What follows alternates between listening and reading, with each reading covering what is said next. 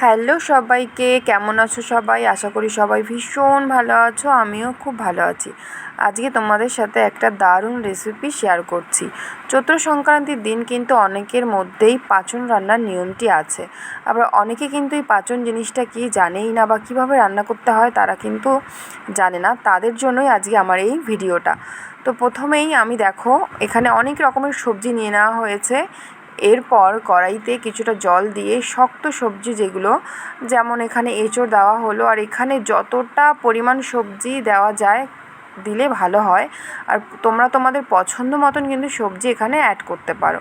তো দেখো প্রথমেই দেওয়া হলো এঁচোড়, তারপরে দেওয়া হলো ছোলার ডাল, মটর ডাল, হচ্ছে সিমের দানা, তারপরে একে একে করে সমস্ত সবজি দেওয়া হচ্ছে। এখানে দেওয়া হয়েছিল ছোলা, তারপর মটর, এখানে সজনের ডাঁটা, থোর, পেঁপে, কুমড়ো, ঝিঙে, পটল, মিষ্টি আলু, দু রকমের ডাঁটা দেওয়া হয়েছিল, লাউ শাক, পুঁই শাক।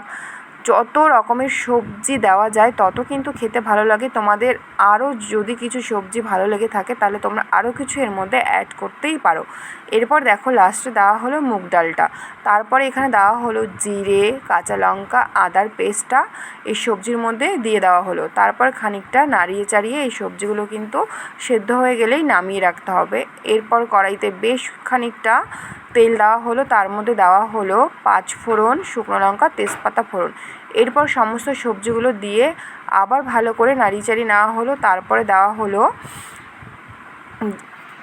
যেহেতু এই রান্নাটা আমার কাকা করছিল, কাকা বলে সবার লাস্টে নাকি হলুদটা দিলে কালারটা ভালো হয়, তাই দিয়ে দিয়েছিল হলুদ, চিনি আর টমেটো।